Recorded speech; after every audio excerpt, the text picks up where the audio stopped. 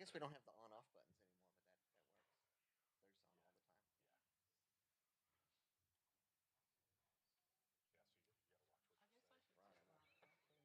Right, I know. I was whispering in my breath right now. It'll be recorded, no matter what you say. It's on constantly.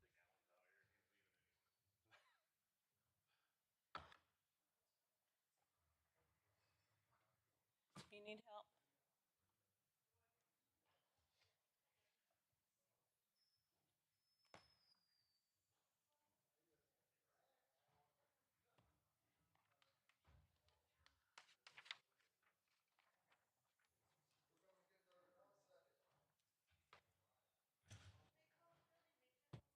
We're coming right now. You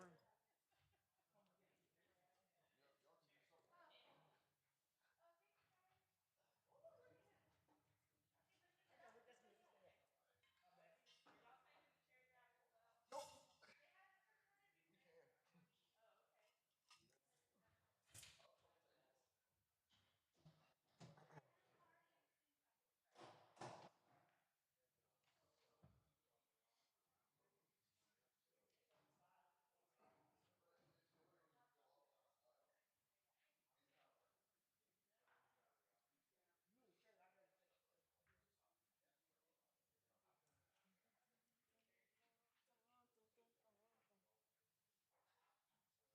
what? I was thinking. I want one of those.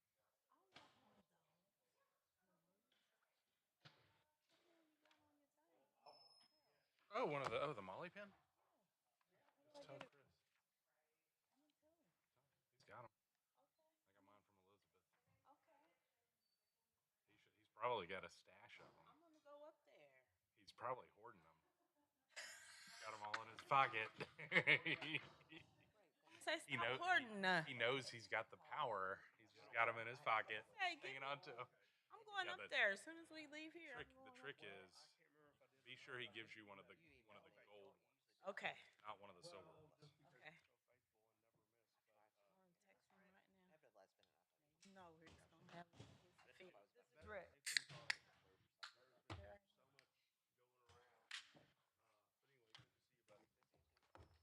Okay. Do I have a minute? You what? You have a minute. I was gonna say You have 1 minute. I'm just gonna go where the lady said she was.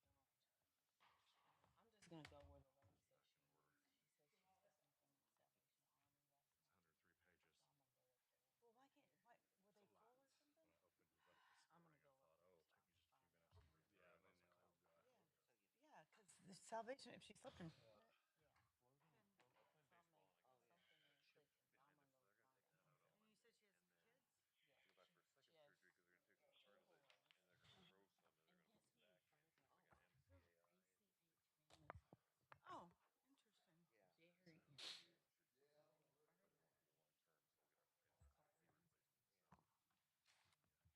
Lorelai, tell me when you're ready. have you been in the wheelchair all day? And Laura. Cook. Yeah.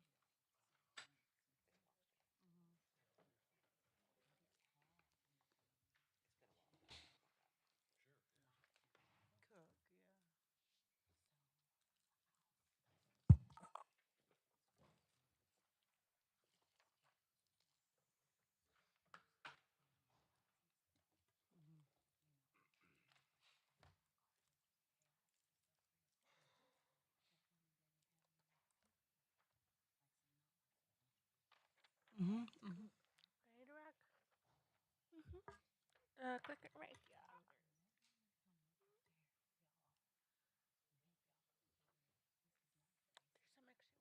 extra ones. They even have a cooler. And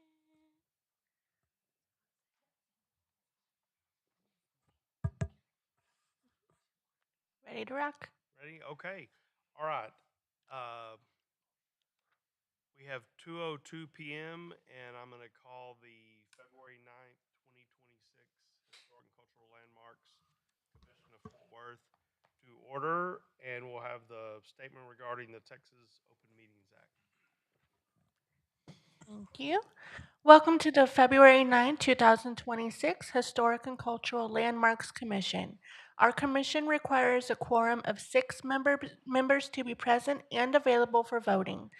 The following board members are present today: Chair Rick Herring, Vice Chairwoman Anna Katrina Kelly Gardner, Commissioner Stephanie Musey, Commissioner Corey Malone, Commissioner Brian Ketchum, Commissioner Tim Holden, and Commissioner Graham Brizendine. Staff present today are Lorelei Willett, Brandon Utterbach, Ana Alvarez, Jefferson Prado, Andres Hernandez, Trey Quall, Haiwan Kim, and myself, Laura Young. Today's meeting agenda can be found online at www.fortworthtexas.gov. Speaker registration forms must have been turned in prior to the start of the meeting. Today's public hearing is being documented by video conference recording, which will be available on the city's website. To achieve a timely and orderly meeting, the HCLC requests that the following rules of procedure be respected. Each case will be called in the sequence listed in the agenda unless otherwise directed by the chair. All ensuing dialogue shall be directed to the HCLC only.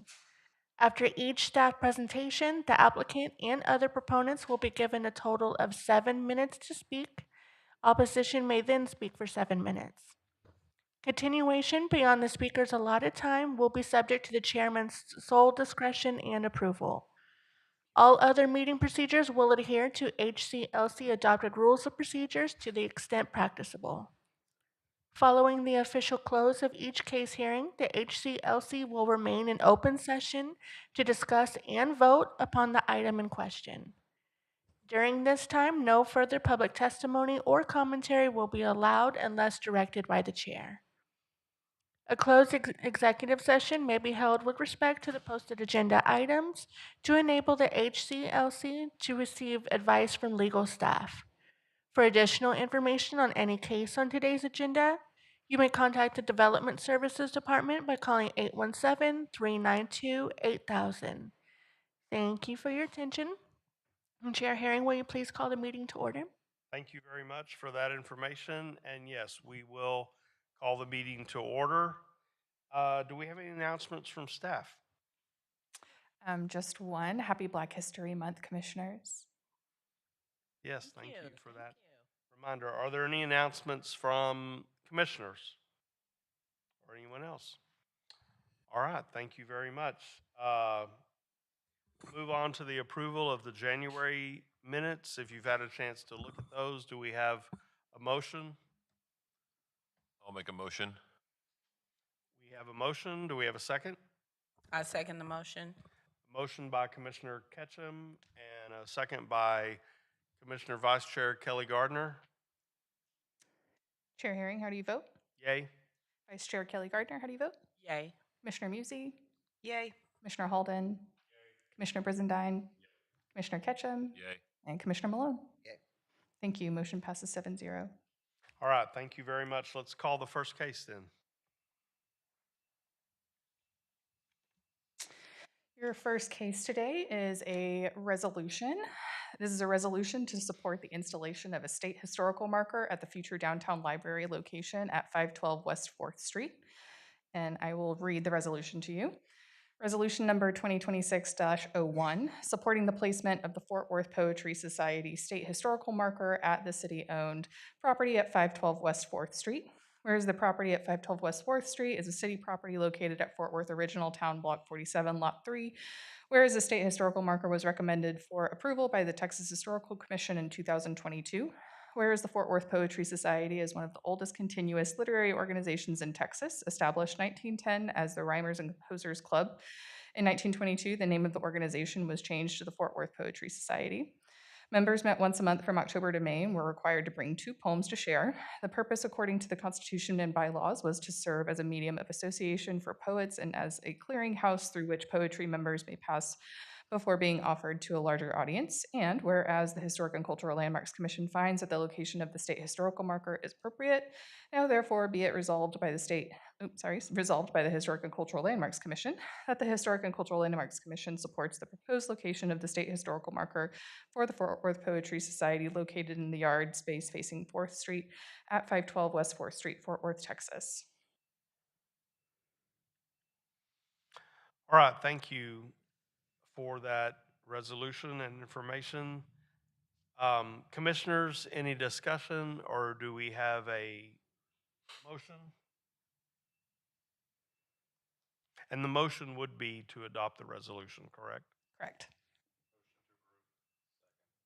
Before we vote, I just want to confirm there were no speakers in opposition. I don't Okay. Yes, thank you, Mr. Qualls. I appreciate that. I neglected to call for any public comment from the chamber. Is there any? Okay, seeing none, we'll close the public. Oh, all right. I do apologize. Ms. Tracy, please come down. Good afternoon, Chairman Herring and Commissioners. It's a pleasure to be here. I'm Jerry Tracy, Executive Director of Historic Fort Worth, and this is a very friendly mic. It's a pleasure to support the placement and location of a state historical marker recommended in 2022 by the Texas Historical Commission. The marker will commemorate the Fort Worth Poetry Society for its longevity starting in 1910 as the Rhymers and Composers Club. History markers like these connect the citizens and tourists of today to the people who established Fort Worth and to their stories.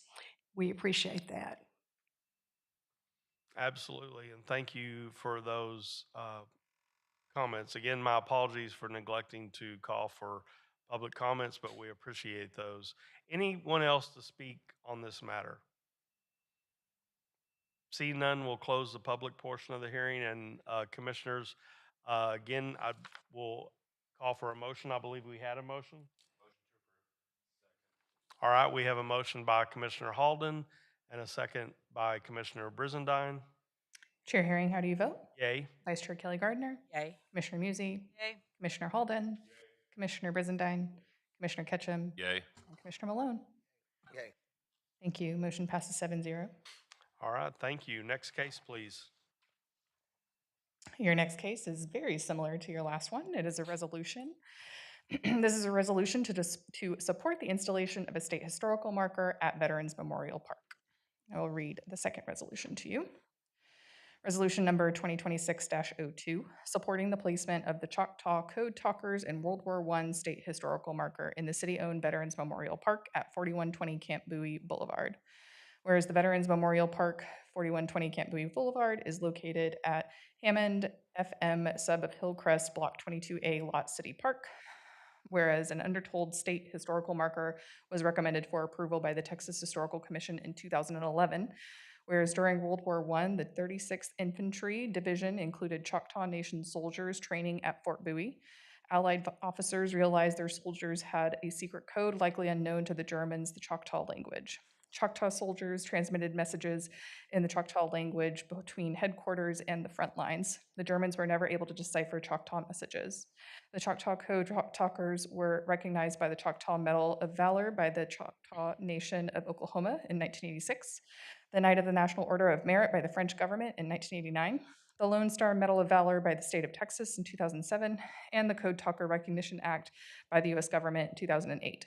In 2010, the Code Talker Star was placed on the Texas Trail of Fame, and whereas the Historic and Cultural Landmarks Commission finds that the location of the state historical marker is appropriate, now therefore be it resolved by the Historic and Cultural Landmarks Commission that the Historic and Cultural Landmarks Commission supports the proposed location of the state historical marker for the Choctaw Code Talkers of World War I located in the Veterans Memorial Park at 4120 Camp Bowie Boulevard, Fort Worth, Texas.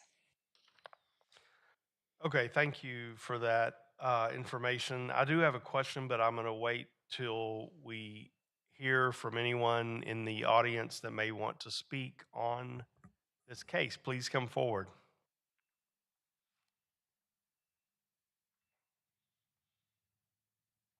Jerry Tracy, Historic Fort Worth. This is one of those cool stories that I think people will just be most intrigued to read about. And I'm glad, since this has been on the docket somewhere around the state of Texas since 2011, I believe it is, that it is before you today. Thank you so much. Anyone else in the chamber to speak on this particular resolution or case? Seeing none, we'll close the public portion of the hearing. I do have a question Lorelei, and this may be a technicality in military terminology, but in the resolution and also on the text for the historical marker, it says Fort Bowie. Mhm. Is that accurate? I'm going to assume yes. I know I should know these things, but Because I've never heard it referred to that. I don't know if anyone else has, but this does, at least the language, the verbiage on the historical markers made it through a number of layers of, review to get to this point. But I would hate to be, immortalized with the wrong terminology. But having said that, commissioners, any other comments or questions? It looks like I see that Fort Bowie is in Arizona. Just so you know. So how do we resolve this conundrum, or do we? I don't think you do. It's been approved by the state. It might already be Right. forged too. Yeah. Yeah. So If it's been approved by the state, I'm sure that they went through it with a fine tooth comb. You would think Think- so. Yeah. Yeah, and like I said, there's various, like I said, I'm no expert on military terminology, but even Fort Worth versus Camp Worth has been debated for over 100 years. Sure. I think Rick Seltzer wrote an article in the Star Telegram, and it was over by Arlington Heights in 1917, right around World War I, which tracks, and I think that's when. Yeah. I'm pretty sure I read that. So I think there was a Fort Bowie. It Well, needs to there be- was definitely a Camp Bowie from which the Yeah. boulevard takes its name, and all of Orange Knots and so forth. But anyway, be that as it may, we have the resolution before us, and those of us who may be interested can follow up on this afterwards. But we have the resolution. So any other discussion, or do we have a motion?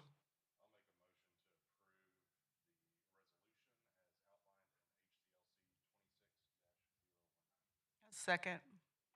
Okay, we have a motion by Commissioner Brizendine and a second by Commissioner Musey. Chair Herring, how do you vote? Yay? Vice Chair Kelly Gardner, Yay. Commissioner Musey, Yay. Commissioner Holden, Commissioner Brizendine, Commissioner Ketchum, Yay. and Commissioner Malone. Yay. Thank you. Motion passes 7-0. Thank you so much. Next case, please.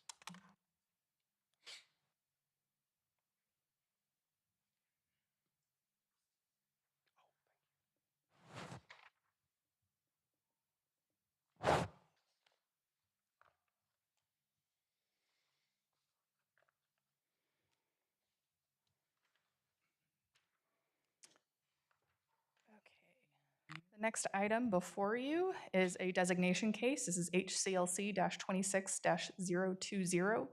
The city requests a recommendation to City Council to add the highly significant endangered overlay to the structure located at 411 North Main Street, aka the TXU power plant. On January 13th, 2026, City Council passed a resolution instructing the Historic Preservation Officer to prepare an application to add the highly significant endangered landmark overlay to the power plant building and its additions.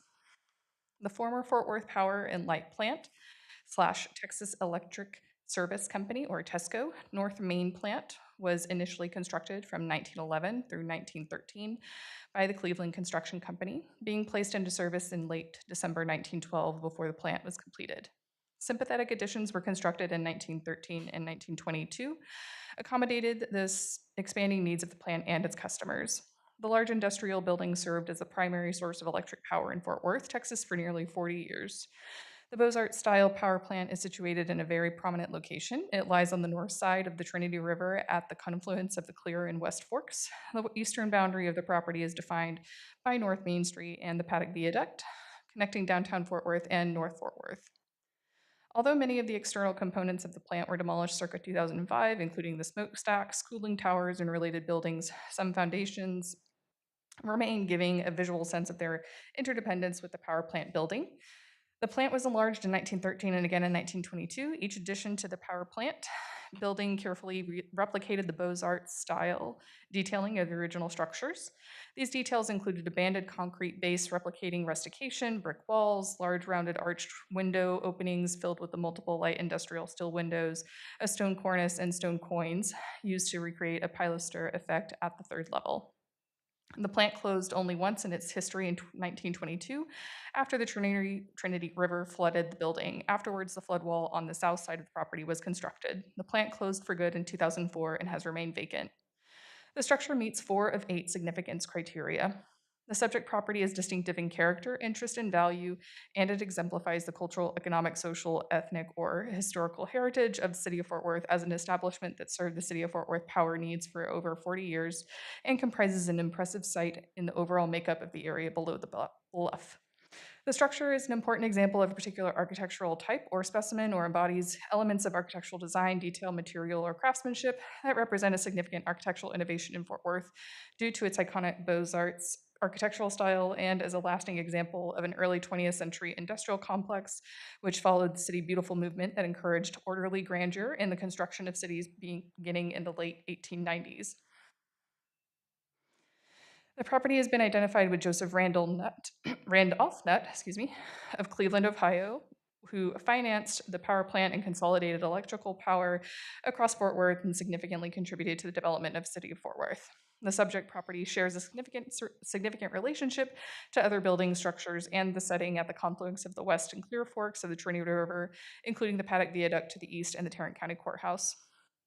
The structure maintains all 7 aspects of integrity despite the absence of use and deferred maintenance.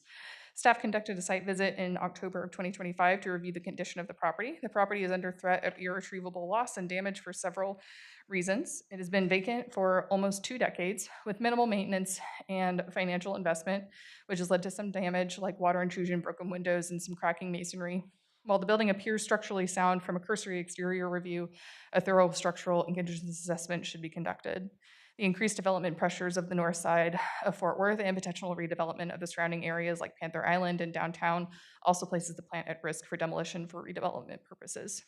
Therefore, staff recommends the following motion: that the HCLC recommend that City Council consider designating the structure, buildings and additions only, at 411 North Main Street as highly significant and endangered, and that the Secretary of the Interior standards for the treatment of historic properties be used when evaluating any proposed future change to the property. This concludes the staff report.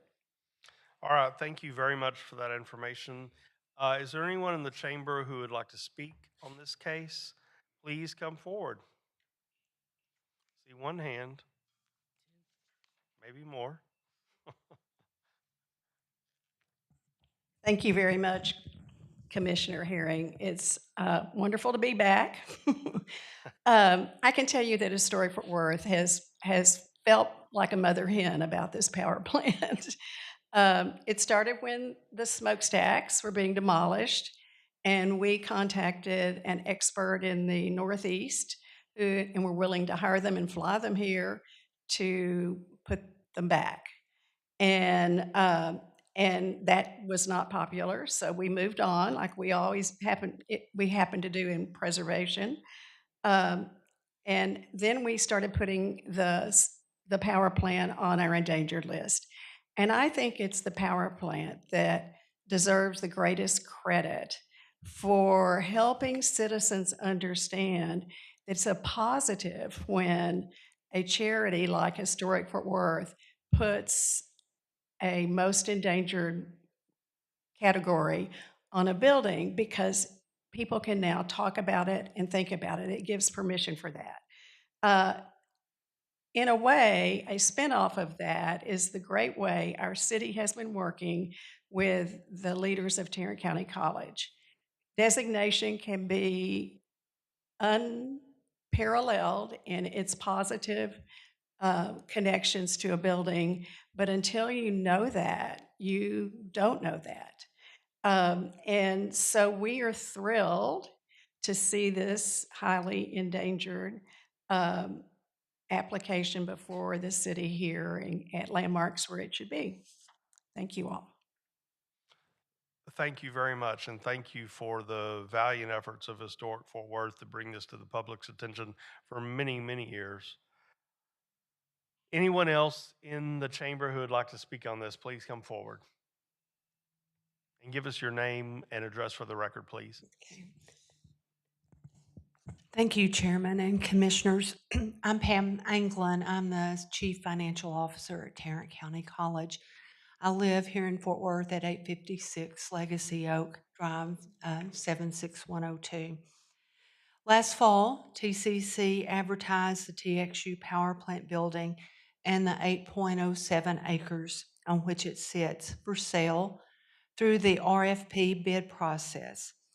The college had the land appraised and, as required by statute, sought that value as the minimum price. Why did we put the building out for bids at that time? The college had struggled with people vandalizing it. We sent crews over on a weekly basis to clean up any recent graffiti visible to the public. Even though there was a fence, trespassers cut holes in the fence or pushed it down with vehicles. Last spring, a group broke into the site late at night, and subsequently a young woman tragically lost her life. She fell to her death. Meanwhile, multiple developers had approached the college with ideas of purchasing the building and developing the site. A number of those developers would have sought a historical landmark designation to seek federal and state grant funding and tax credits. With the property no longer fitting TCC's education mission, a growing need to maintain site security, wanting to get the property back on the tax rolls, and having interested developers, the college chose to advertise it for sale. And we chose to allow the selected buyer to seek the historical designation if they desired. Throughout the process, TCC's top priority has been responsible stewardship of our resources. TCC has since added an additional 6-foot fence with razor wire on top and hired a security firm to patrol the site at night. The college did not sell the property and has chosen to hold the building and the land until the water is rerouted and at a time when TCC can recoup its initial investment. I can answer a few of the questions that were raised earlier in the work session. It has been environmentally remediated at an industrial level. There has been a structural assessment completed on the facility, and Ready Kilowatt from the building resides protected in storage at TCC. Thank you very much. Thank you, Ms. Anglin. Hold on just a second, just to see if we have any questions for you. But thank you for that information, and many thanks to Tarrant County College for their custodianship and stewardship of this property for the past couple of decades, and for not allowing it to be demolished in that time frame. Commissioners, any questions at this point? Yes, I do have a question. I'm just curious as to the upkeep of the building. I did hear you state that, you guys have washed the graffiti off, put a fence around it, and what have you. However, the building, from my visual, the building has not been kept up. I don't know. I'm not familiar with the state it was in when you purchased it. However, based on the appearance of the building currently, it seems as though it was just left to decay. Would that be accurate, or? I would say that if you see the building, concrete bricks, it hasn't changed a lot. Yes, the windows have been broken, but because of the vandalism that is regular there, it would be hard not to keep that from happening. Structurally, the building is sound. It was a power plant. There was coal there, other natural resources in the building. Um, our resources are used to educate students, and when that is outside of our core mission, we're putting our resources into our core mission. Well, I'm a part of your core mission. I am an alumni, so I get it. I just want to have a divine understanding about, you know, what we have before us. Yeah. I love the building, and I've been in it several times, and it is quite a fascinating, interesting building. Thank you so much. I have a question. How much do you think, to your best knowledge, have you guys spent on security and repairs and upkeep on it since you've acquired it? My estimate back when we looked at putting it on the market and or advertising it for bids was about $200,000 a year. So in 20 years, that's about $4 million. I'm just speculating. I think it's been about 20 years, something like that, maybe more. And that was more recent years, so the earlier years, if it probably wasn't It's that probably much. increased over time. Yeah. All right. Thank you very much for your comments. We appreciate you being here. Thank you. Anyone else in the chamber who would like to speak on this particular case? Okay, seeing none, we'll close the public portion of the hearing. And commissioners, do we have additional questions for staff or comments? I think we have some questions.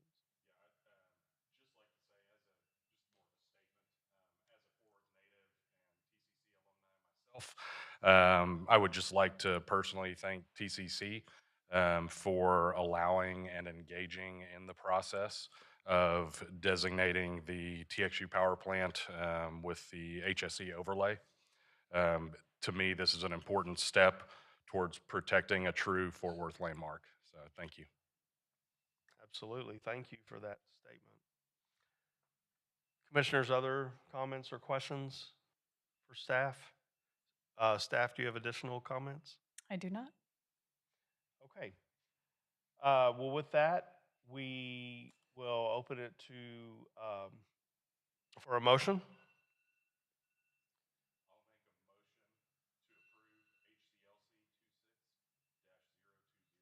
I second the motion. All right, we have a motion by Commissioner Brizendine and a second by Commissioner Vice Chair Kelly Gardner. Chair Herring, how do you vote? Yay. Vice Chair Kelly Gardner? Yay. Commissioner Musey? Yay. Commissioner Holden? Commissioner Brizendine? Yay. Commissioner Ketchum? Yay. And Commissioner Malone? Yay. Thank you so much. Motion passes 7-0. Thank you. And we'll hear the next case now, please.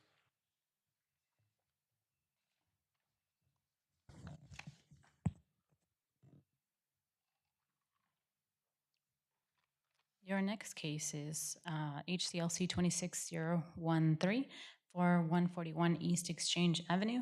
The applicant requests a waiver from the Stockyards Historic and Form-Based Code District Design Guidelines and Standards and a certificate of appropriateness to install an attached wall sign on a non-contributing structure, which the sign exceeds the maximum allowed square footage of 36 square feet by 69.9 square feet, for a total of 105.9 square feet, and exceeds the maximum allowed height placement of 24 feet by 13.25 feet for a height of 37.25 feet in the Stockyards Historic and Form-Based Code District.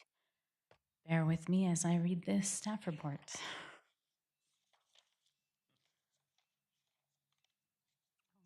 So, under our findings and recommendations, the subject sign is proposed on an existing 40-foot tall water tower located north of East Exchange Avenue where the railroad intersects East Exchange. There is a parking lot just west of the water tower, and the Cowtown Cattle Pen Maze is to the east. The water tower was installed circa 1995, which is not a historic structure. There is currently signage on the water tower that includes a sign with Stockyard Station lettering. It's unclear as to the type of sign this is, and an electronic changeable copy sign that was installed circa 2007, which will be removed.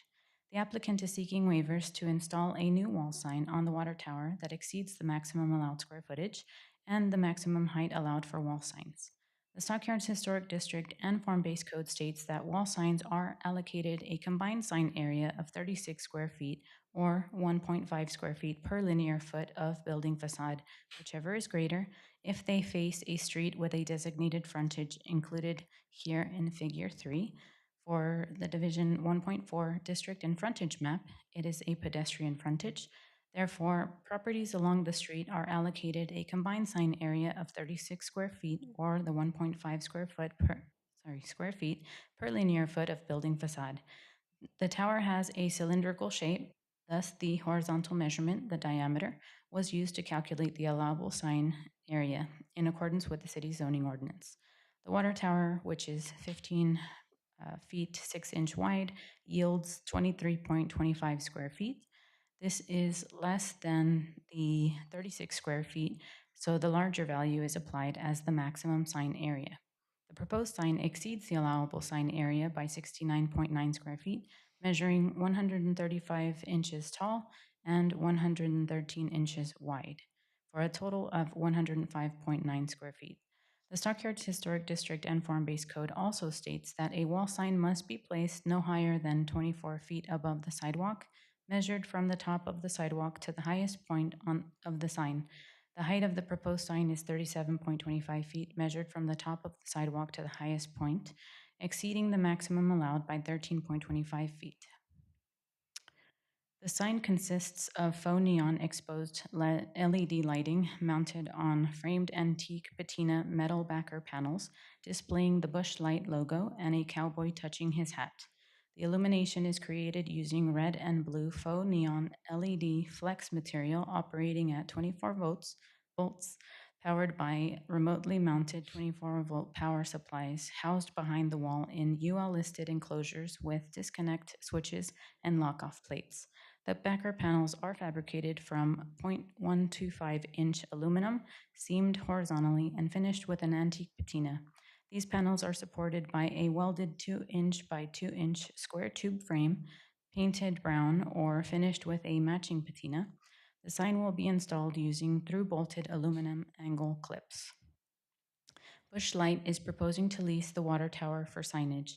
They are also using a small vendor station for beverage sales, which is approximately 33 feet from the water tower to the east along East Exchange. The small vendor station already has signage associated with Busch Light, with painted signage along the front of the facade, both top and bottom, on an A-frame sign on the sidewalk, an illuminated cabinet sign on the front facade of the structure, and signs inside of the structure. Exhibit C, and then also pictured here in Figure 7. The primary purpose of the wall sign on the water tower is to provide branding for Busch Light. While branding and location identification are important for easy pedestrian access throughout Stockyards, there is already a wayfinding signage program within the district that visitors can utilize to find the vendor station. Although the proposal before the HCLC today is just for the water tower signage, it is imperative that all Busch Light signage be taken into consideration as a package to assess the implications along this important corridor. Here's the corridor information. So under size and scale, both the Stockyards Form-Based Code and Design Guidelines and the Secretary of the Interior Standards for the treatment of historic properties for new additions require that new work shall be compatible with the massing, size, and scale of existing historic structures. The size and scale of the proposed sign and all other signage associated creates a significant amount of visual clutter within a very small space, which is inconsistent with the installation of traditional signage along East Exchange Avenue. Additionally, The Stockyards Form-Based Code and Design Guidelines for Non-Contributing Buildings and New Construction require that new construction and alterations contribute to a consistent sense of character and respect the historic context of the district. The proposed sign is inconsistent with these standards, as its scale, overall height, and appearance would result in a billboard-like sign that is incompatible with the historic character of the stockyards. For this reason, the height of the proposed sign is not supportable. Under Design and Installation, the Secretary of the Interior Standards for the Treatment of Historic Properties, Standard 9, calls on new additions to be differentiated from the old and to be designed and installed in such a way as to protect the historic integrity of the property and its environment. The proposed sign is clearly differentiated from the surrounding historic context in color, materials, and texture. However, the proposed additional signage is not compatible with the massing, the size, scale, and architectural features of the Stockyard Station corridor and would create an adverse visual impact on the historic integrity of the environment. Additionally, the request is incompatible with the traditional nature of signage within Stockyard Station, which was typically limited to smaller signage and one sign per suite/business location. In this regard, the request to install a wall sign on the water tower is inconsistent with Standard 9. Under the Stockyards Form-Based Code and Design Guidelines analysis, it's important to consider the sign design and placement, as well as its relationship to the surrounding historic context. The maximum height for wall signs within the Stockyards historic core is 24 feet tall. As such, any new signage should be consistent with the maximum height limit to be compatible with and subordinate to nearby contributing structures and the setting of the historic core. The proposed wall sign does not meet Section 2.4.4 of the Stockyards Form-Based Code because it does not complement the character of the streetscape in the historic context. In fact, it creates a very intrusive effect of the overall character of East Exchange Avenue and the historic core district. Many noteworthy views exist throughout the Stockyards area that enrich the experience of visitors, residents, and employees. They offer opportunities to be used for more formally organized interpretation programs, which could include historical markers and other station points to be used in walking tours and other heritage tourism events and activities. Some of the key viewpoints are indicated on the View Opportunities Map, Figure 7. I'll go back to that. East Exchange Avenue is one of the view corridors that offers key opportunities to view the sheep and hog sheds at Stockyard Station. The water tower should not be used for business branding. Instead, similar to the existing Stockyard Station sign, it could serve as an introduction to the Stockyard Station for pedestrians walking along the corridor, pictured here in Figure 2. Secretary of the Interior Standards Analysis. So under the Secretary of the Interior Standards for the Treatment of Historic Properties, specifically Standards 2 and 9, the historic character of a property must be retained and preserved. New additions must not destroy historic materials, features, or spatial relationships that characterize the property and must be compatible with, yet differentiated from, the historic resource so as to protect its historic integrity. While the sign does not destroy historic material, the scale is inconsistent with the tower and surrounding context. Under Standards for Site and Setting of the Secretary of the Interior Standards for the Treatment of Historic Properties, it states that introducing new construction on the building site, which is visually incompatible in terms of size, scale, design materials, and color and texture, which destroyed historic relationships on the site, or which damage or destroy important landscape features, is not recommended. As stated prior, using the water tower for billboard-style brand signage is not appropriate and would damage the historic relationships on the site between the cattle pen, riding the trail station, and the historic corridor. Under Preservation Brief Number 25, for new signs and historic buildings, it emphasizes the importance of signs on historic properties and historic districts. They often reflect the ethnic makeup of a neighborhood and its character, as well as the social and business activities carried out there. In this case, the proposed wall sign does not meet several key principles referenced in the report above. Additionally, new signage should work with historic buildings and their surroundings rather than compete with them. The proposed wall sign prioritizes contemporary business branding and, due to its scale, graphic treatment, and placement, draws attention away from the district's historic form and materials. The sign is oversized and out of scale with the facade and does not relate to the architectural rhythm or character-defining features of the historic district. Additionally, its modern style and materials are incompatible with the surrounding historic environment and detract from the district's cohesive character. Having regard to the foregoing, staff recommends the following motion: that the request for waivers from the Stockyards Form-Based Code and Design Guidelines and a certificate of appropriateness to install a sign on a non-contributing structure that exceeds the maximum allowed square footage and height placement in the Stockyards Historic and Form-Based Code District be denied with prejudice.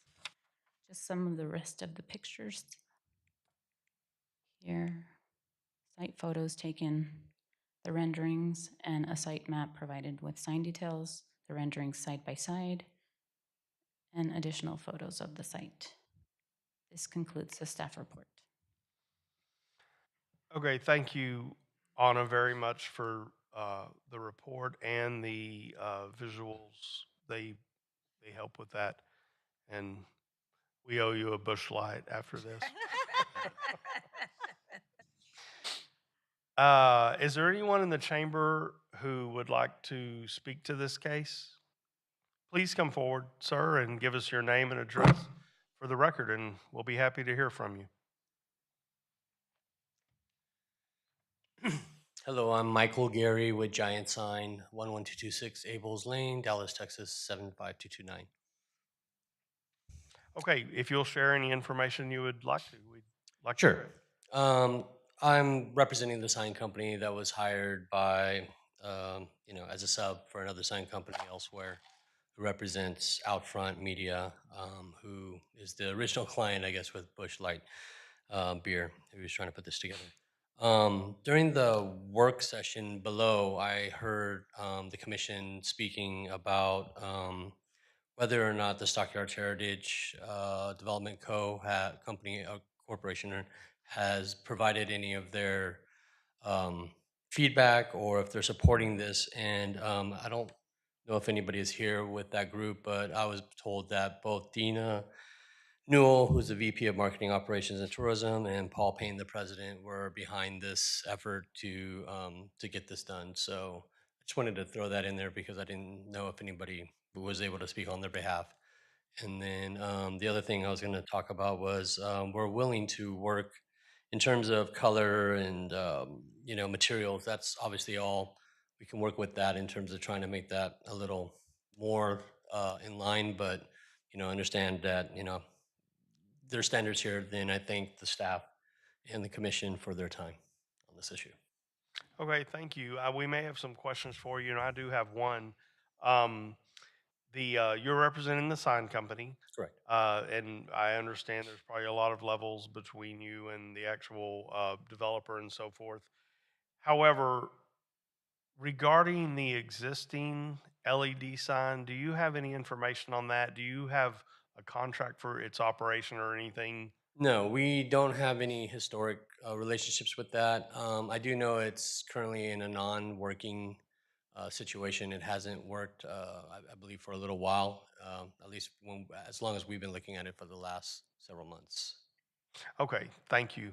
And just a comment before other commissioners may have questions. We're tasked with looking at the overall historic district and how any signage anywhere may impact that. The aura, if you want to use that terminology, of the entire Stockyards and how signage and so forth comes into play. So thank you for your information. Commissioners, other questions?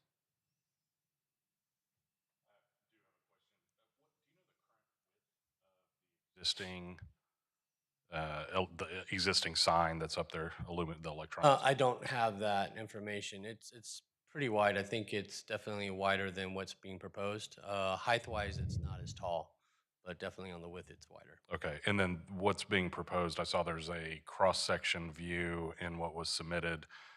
This sign is all on one plane or curved around the cylinder? It was proposed as one rectangular plane, and there'd have to be a welded, unseen frame on the backside that would allow us to through bolt, and we would put some extra structural stuff on the back. We'd have that all engineered for you guys. Okay. And then to kind of go along with that question, so the sign that's being proposed is 113 inches wide. Correct. The current dimension of The water tower itself is basically 180 inches, 186. 15-foot diameter. Yes, sir. So I think, just out of, trying to clarify, I wanted to make sure there was some understanding of perspective. You're placing a flat plane on a cylinder. Correct. Even if that surface of the cylinder were flat and parallel to the back of the sign, there would still only be 33 inches on either side. But we have a curved cylinder, and so from a line of sight perspective, I guess, would you agree that from a line of sight perspective, if you place a flat sign on a cylinder, that dimension of what's perceived as 33 inches is actually going to fade away even more as that cylinder falls away when you're looking from a point of perspective of anywhere that anybody could be on the ground looking up at this. That 33 inches is actually going to appear even less. I just want to, validate, is that my assumption of that point? Yes, I believe that the proposed sign is orientated or proposed to be orientated south, facing south. So that's primarily perpendicular to the pedestrian walkway. And, the sides are really kind of only going to be visible from where the cattle yards are or the parking lot, from angles that people don't really walk through.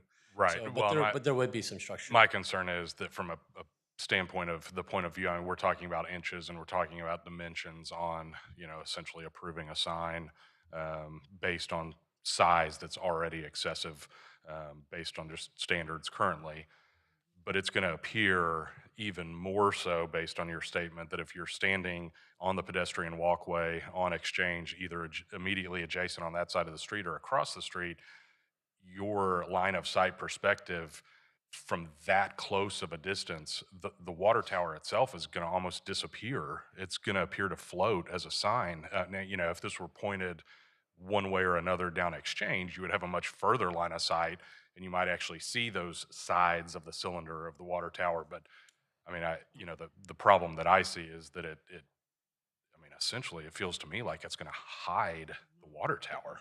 I understand your point, sir. And I believe that the size that was, that we're proposing was obviously passed down as somebody's idea as to how far we can go. Appreciate that. They would obviously take into consideration or would love to do anything larger than 36 square feet if it was shrunk down a bit.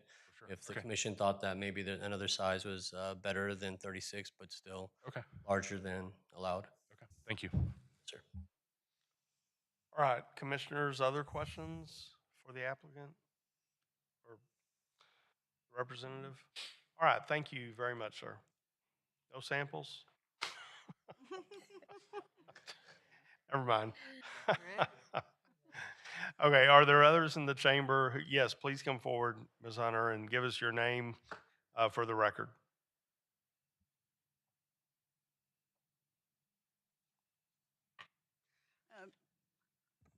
My name is Melissa Wade Hunter. My mailing address is P.O. Box 470243, Fort Worth 76147. I'm here to speak in objection to the waiver request in this case in 26013. As a 30-plus year volunteer down in the stockyards with the North Fort Worth Historical Society, this sign does not meet many requirements of the form-based code. As we sat through, and it took quite a while to get the form-based code into place. The proposal does not protect historic integrity of the district. It does not meet many requirements of the form-based code that I mentioned, and also competes with historic buildings and the surroundings. This corridor is heavy with bush light signage and branding. I had hinted at Exhibit 1. Do we have someone from staff who can show that? Okay. When I handed my speaker's form in. Thank you.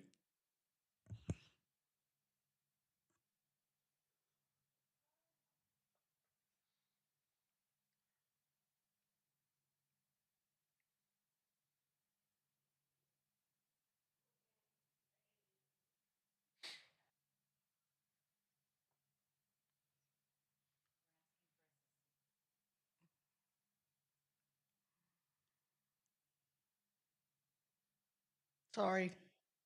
Oh, you're good. We want to see it. Yeah. Thank you for the elimination of the possibility of me being taken back.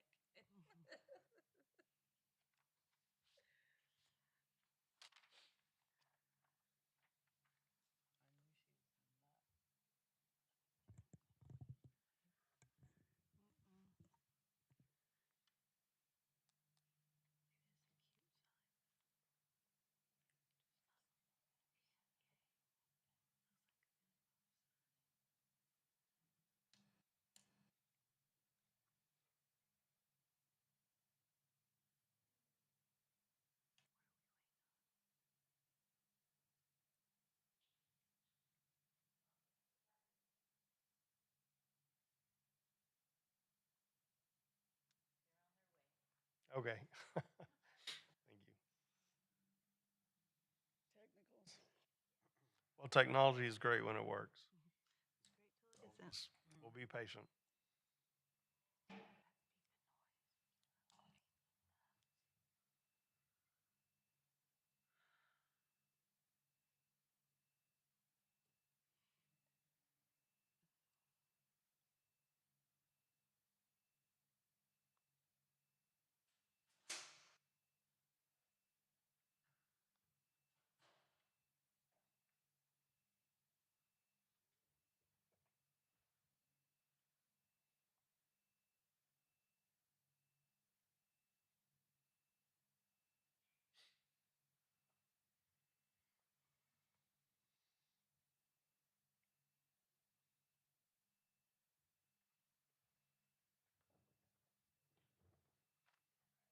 Upside down.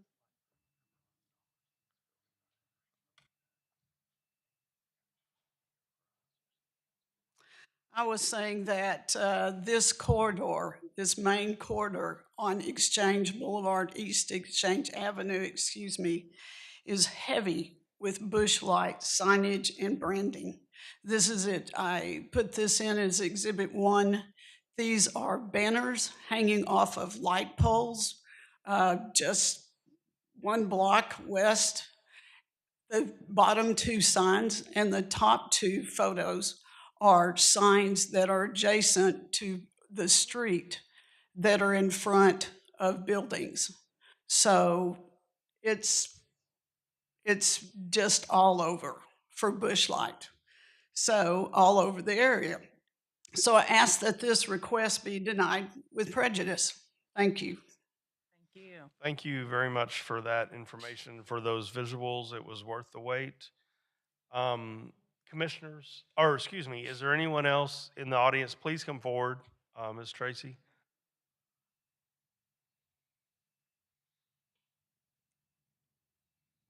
Jerry Tracy, Historic Fort Worth. I want to thank the city staff for their detailed report, which was most instructive. Like Ms. Hunter, I was there when the form-based codes were being discussed and design guidelines for our stockyards were being discussed. Our organization raised the funds, I think it was $10,000, to hire a consultant to do an intensive survey of the stockyards before form-based codes and the historic design guidelines. So out of respect for the city staff who works hard, for the North Fort Worth Historic Society, and also for you, I hope you will agree that this application should be denied with prejudice. Thank you very much for your comments. Anyone else in the chamber who would like to speak on this case? All right, see none, we'll close the public portion of the hearing. And commissioners, we're open for questions and or discussion before a motion. Well, I just, in my granny voice, would say that I knew good and well that Historic Fort Worth did not agree to this signage based on the facts. So I'm in total agreement with the fact that it, as Commissioner Brendan Dodd stated, that it covers up the water tower. The water tower is a historic landmark. You know, the water tower should be preserved, and Bush already has millions of signs And banners. and banners. Thank you. There, so there you have it. Well, one thing that I would like to mention, of course, we are tasked with following the ordinance and the guidelines that are already in place. The applicant has requested a waiver to those guidelines. That's what we're talking about. Uh, we all appreciate our sponsors and all the many events and organizations that we're involved in, but there does seem to be quite a bit of amount of signage, which doesn't necessarily have an overall bearing on the case. But I did like one of the comments that Mrs. Hunter made, that signage of this size that exceeds the approved sign of that they can have, competes with the historic authenticity of the stockyards. And I like that statement, and that's kind of one thing that we're all sensitive about. I hadn't thought about it in those terms, but thank you for that, and that's a good way to phrase it. So for myself, I would be voting to uphold the staff recommendation. Other comments from commissioners? Make a comment because, I mean, I as well am going to go with the staff's recommendation on this one. I'm not going to approve this waiver. It again, I mean, I don't need to rehash what Rick just said, but you know, in that same vein, I mean, to me, it just isn't applicable. I would also like to thank those who came to speak regarding this, and also city staff for putting together this comprehensive report on this application. It's important for us to hear so that we have full context of what we are making a decision on. But I will be voting against this waiver, and that's all I've got to say. Thank you. All right. Seeing no other comments at this time, we're open for a motion. I'll make a motion for case HCLC 26013 to deny with prejudice. Second. Okay, we have a motion to deny with prejudice by Commissioner Ketchum and a second by Commissioner Musey. Thank you. Chair Herring, how do you vote? Yay. Vice Chair Kelly Gardner, how do you vote? Yay. Commissioner Musey, how do you vote? Yay. Commissioner Ketchum, how do you vote? Yay. Commissioner Malone, how do you vote? Yay. Commissioner Brizendine, how do you vote? Commissioner Halden, how do you vote? Yay. Motion passes 7-0. Thank you. All right, thank you very much. And next case, please.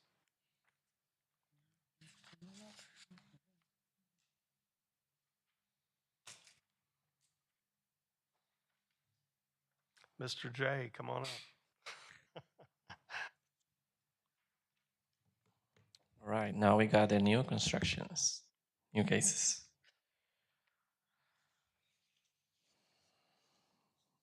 Okay, your next case is HLC 26004, and the address is 909 East Mulkey Street, and the applicant requests a certificate of appropriateness to construct a new residence.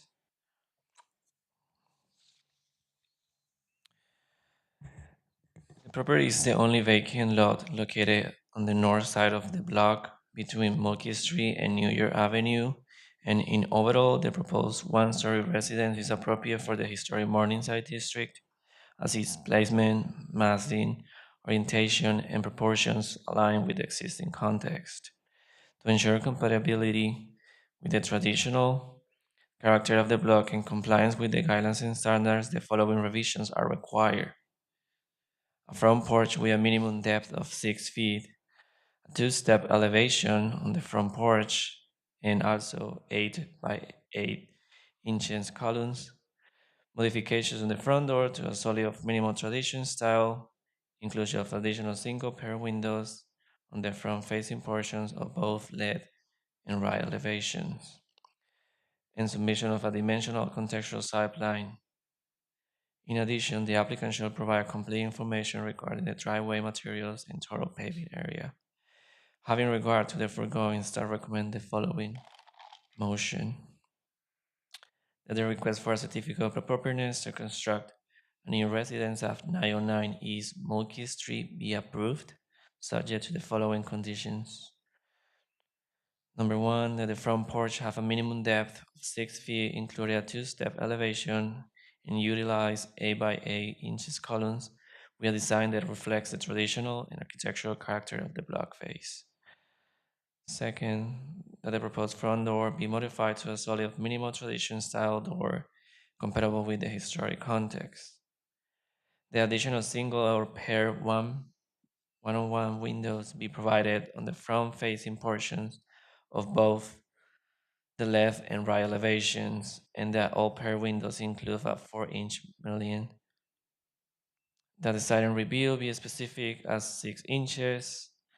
That a dimension contextual site plan be submitted demonstrating compliance with existing block face, setbacks, and the complete information regarding the driveway materials and total paving area be provided to be consistent with the guidance standards.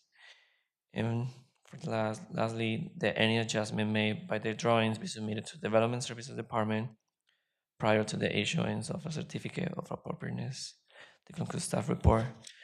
And we also, I want to point it out that we received an email this morning from the applicant saying that he would like to comply with the conditions for the approval. Okay, thank you very much. Thank you for that information. Is there anyone in the chamber who would like to speak on this case? Okay, seeing none, we'll close the public portion of the hearing, and commissioners are open for discussion or a motion. I'll make a motion to approve HCLC 26004 with subject to staff conditions. Okay, we have a motion to approve with staff conditions by Commissioner Ketchum, with a second by Commissioner Brizendine. Okay. Chair Herring, how do you vote? Yay. Vice Chair Kelly Gardner, how do you vote? And Katrina Gardner. Yay? Oh, thank you. Sorry. Commissioner Musi, how do you vote? Yay. Commissioner Malone, how do you vote? Commissioner Ketchum? Yay. Commissioner Halden, how do you vote? Yay. And Commissioner Graham President. Motion passes 7-0. Thank you. All right, thank you. Next case, please.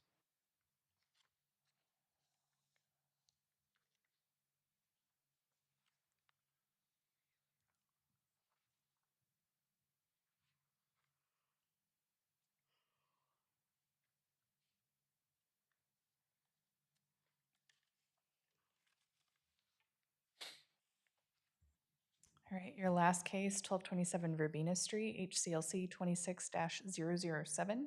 The applicant requests a certificate of appropriateness to construct a new multifamily residence. On December 8, 2025, the HCLC denied without prejudice the previous design.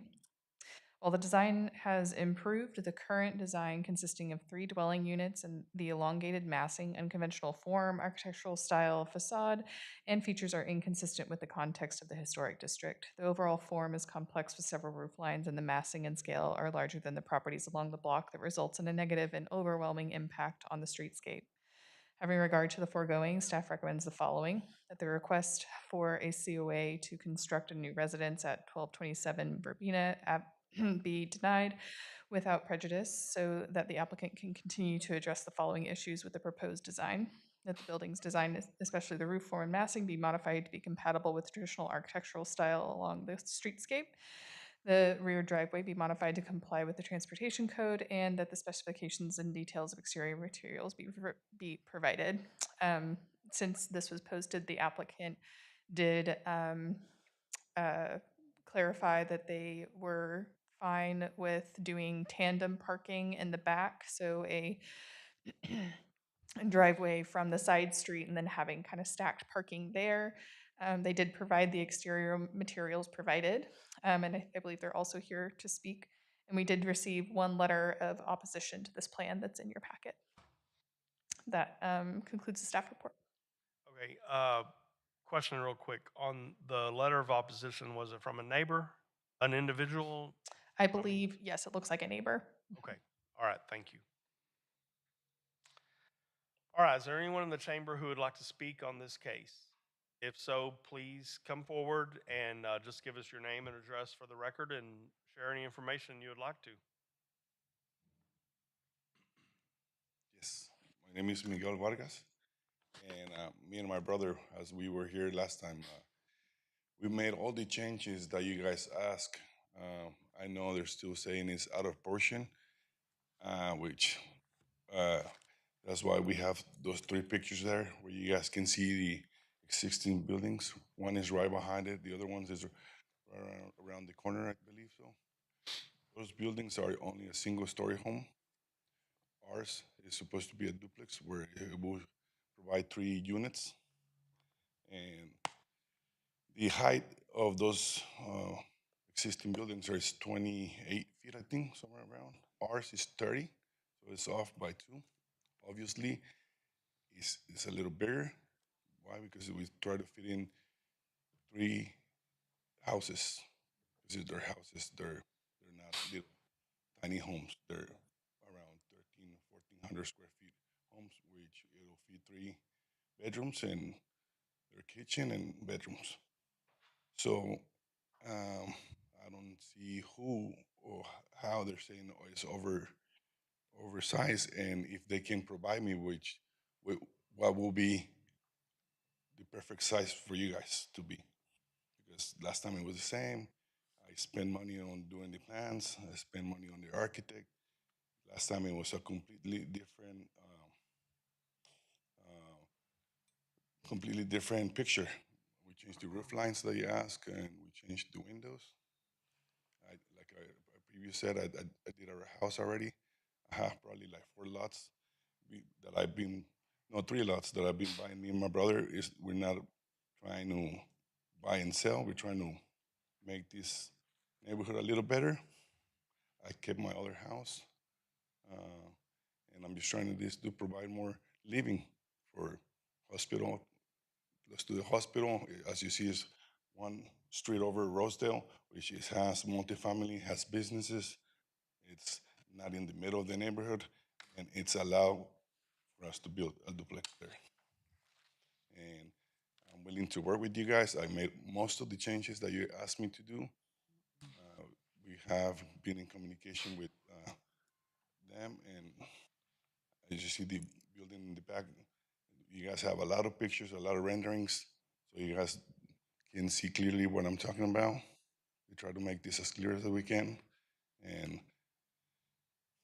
that's what it is. I don't know what else to say. Well, no, thank you, Mr. Vargas, very much for being here, at least for the second time, and sharing that information with us. I got a couple of questions for you. Okay, is this the building, what you're proposing to build, is it going to be 2 units or 3? 3. Okay, so it'll be 3 units. Mhm. You're okay with the parking recommendations that staff has come up with?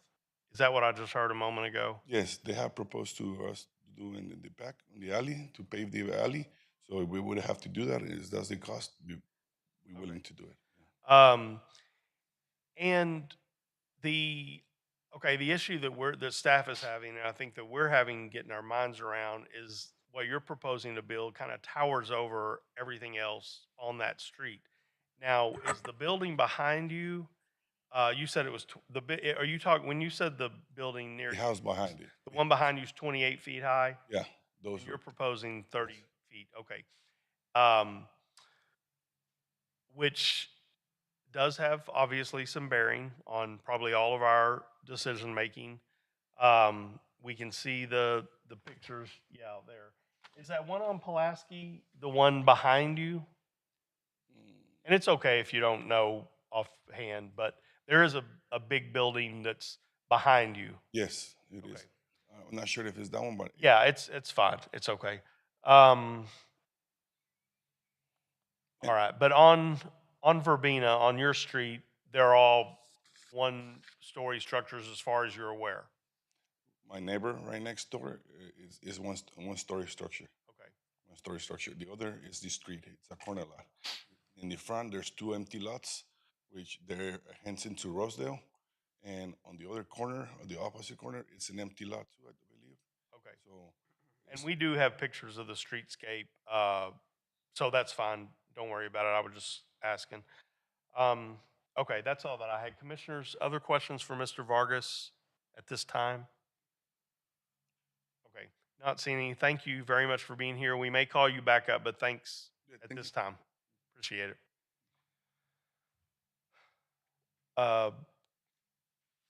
Staff comments, or are you just waiting to hear from us? It's up to you. Your ball. Like to speak? All right. Commissioners, questions, comments, discussion? You want to see if anyone else would like to speak? Yes, yes, thank you. Anyone else in the chamber to speak on this case? I didn't think so, but we need to ask for sure. All right. Seeing none, we'll close the public portion of the hearing and then discussion, commissioners. So I have a question because I think this is one thing that a lot of people are oftentimes confused by with code is when we're talking about massing and size of properties. Does city staff have any record of when, like, for example, the structure behind the subject property was actually done in relationship to when the historic overlay was put in place? I believe both of those that are up on your screen right now, I believe they're both considered contributing properties. I'm pretty sure. So they've been in place. Obviously, the one on 1300 Pulaski, that's an addition on the back. It is kind of a Queen Anne. It has a little bit of a taller roof, but that's the addition. But I believe that the one at 1212 East Pulaski, I believe that's a contributing two-story structure. Okay, so I'd one thing, and I mean for the applicant to also, understand about the way the code. It's just like with building code on, electrical systems. Just because the house next door was done at code, the code from a few years ago doesn't mean that the current structure can be built to that code when you're building something new, even though everything around you is that way. In this situation, just so you understand what we're looking at and what we have to consider. We're looking at the historic overlay as it's implemented today, and that I understand is a certainly for those who are not like sitting here, all the time hearing it, it is not a common thing to have to deal with. But that's what we're looking at, and I think that city staff could maybe elaborate more, talking about massing and size and how that pertains to the historic overlay in terms of what we are then required to look at when we make a decision one way or another.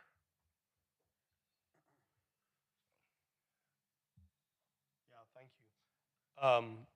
Other comments from commissioners? I mean, I just don't think it fits in with the architecture of the neighborhood, and it sounds like that's what the staff's saying. And I think with the size of it, I think the issue you're going to run across is you want to get three, I guess not really duplex, a triplex, right? And I think that's great. We need more housing. However, I think you're going to have a hard time getting 3 residents in a house that will fit the size of that neighborhood and the architectural style, because you have to do all these, like on this example here, these weird niches and windows to make egress. I think you're gonna, I'm not an architect, but I think you're gonna struggle to do that with the size of the lot and in the neighborhood to fit the size. I just don't think it fits the neighborhood architecture, and I think that's the biggest issue. Okay. Are we ready for a motion? All right. Vice Chair Kelly Gardner says yes. I make a motion to deny without prejudice HCLC 26-007 for the property located at 1227 Verbena Street. Second. All right, we have a motion and a second to deny without prejudice by Vice Chair Kelly Gardner and a second by Commissioner Musey. Yes, please. That the applicant, I know this is not an enjoyable process. I've been in your seat. I would encourage, while we make comments up here, we do not are not the city staff who are making these recommendations. I don't know what correspondence you have had with the city staff between the last meeting and this meeting.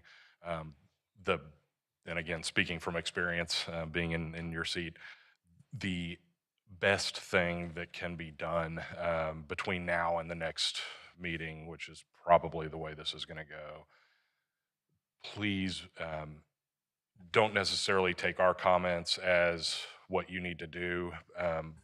Please engage with city staff to make sure that they are happy, because they are the ones that are going to read the report next time, and they're going to tell us whether or not something should be approved or whether it should be approved with certain conditions. Ultimately, I would prefer that this be approved. I'd prefer that you build and add, more residential living in this area. I think probably all of us feel that same way. We just have to look at what we're responsible for as the HCLC, and I just want to state that please do that. I'm not going to vote to approve it just because I kind of have some of the same feelings, but please work with cities, make sure we work with city staff. Okay, other comments? And as Commissioner Brizendine has pointed out, the correct procedure is after you have a motion and a second to also have the opportunity for additional comments. So excuse me for not asking for those, but I don't think any of you are shy about speaking up, so please do. Any other comments? Someone in the audience would like to make a comment. I don't know if we can open that back up. Pardon? Someone in the audience would like to make Thank you. I did not see that. All right, yes, we'll put the motion on hold and we'll open it up for additional public comments. So please come forward, ma'am, and give us your name for the record. Hi, my name is Geraldine Velasquez. And so, by the way I'm seeing things, what is really like the problem that why this wouldn't go through? Is there like a change that if it would have been a duplex, would that make a difference? No, I being don't like think a it's the triplet fact that or it's the height? 3 units, Yeah, but there's so many yeah. changes based on the architecture of your plans, in contrast to the architecture of the houses that are in the neighborhood. So as you can see, it's totally not the same. It's not, you know what I mean, uniform to what's already there. So I'm sure if you work with staff, that's been previously stated, to modify those, because they are willing to work with you. They did put the motion to deny without prejudice, which means that you can go back to your blueprints and make the modifications that they are requiring and then come back.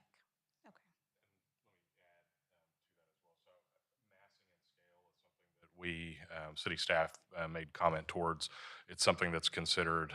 This is not just applicable to this historic overlay. This is applicable if you're in Mistletoe Heights. There are a lot of lots that appear to be single family that are actually B2 family zoning in Mistletoe Heights.